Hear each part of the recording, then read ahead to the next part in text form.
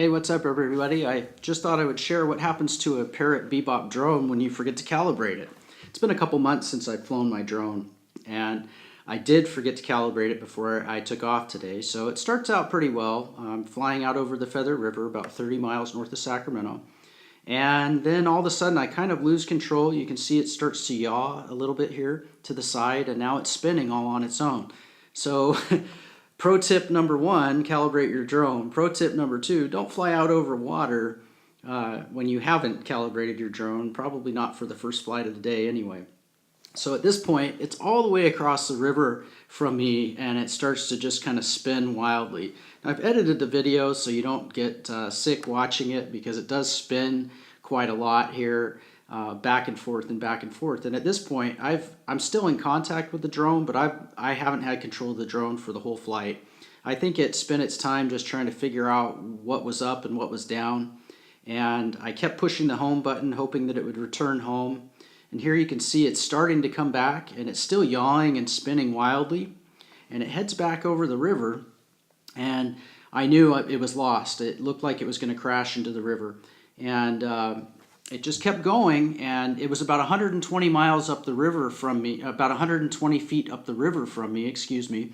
And I lost sight of it. And when I lost sight of it, it was about 5 feet over the water. So look, it looks like it's about to hit the water. And here we go. Boom! I lucked out. It landed about 3 feet from the water up on the bank and just out of the water. And you can see the final moments here before the engine shut off. And if you look in the lower right, you'll see how close it was to the water.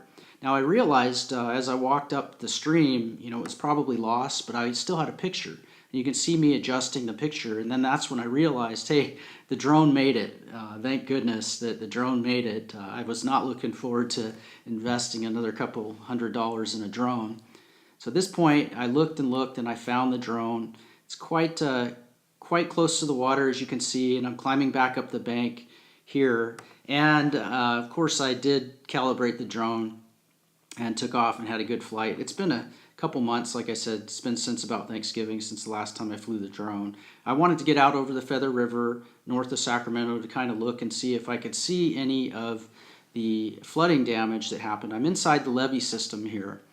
The levee system is about a mile wide on the Feather River, and it's all open land. It's open habitat. It floods a lot in the springtime and in the winter.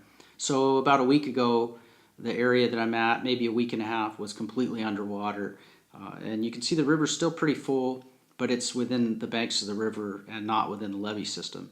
So here I am, finally, after calibrating the drone, having a controlled flight, which is really nice. I'm just kind of looking around here. You can see to the west, these are the Sierra Mountains. You can't really see the snow on them. You can't see the high mountains because there's a little bit of overcast back over there. But you can see some of the flooding in one of the orchards. That's within the levee system. If you look, there's a green line. That's the levee itself. This is all within the levee system. And I'm at about 200 feet right now. Now I'm looking west and now to the south. There's really not much to look at out here, but it's one of the only places I can fly close to my home because I live close to an airport. And it's about 7 miles from an airport, so it's okay to fly.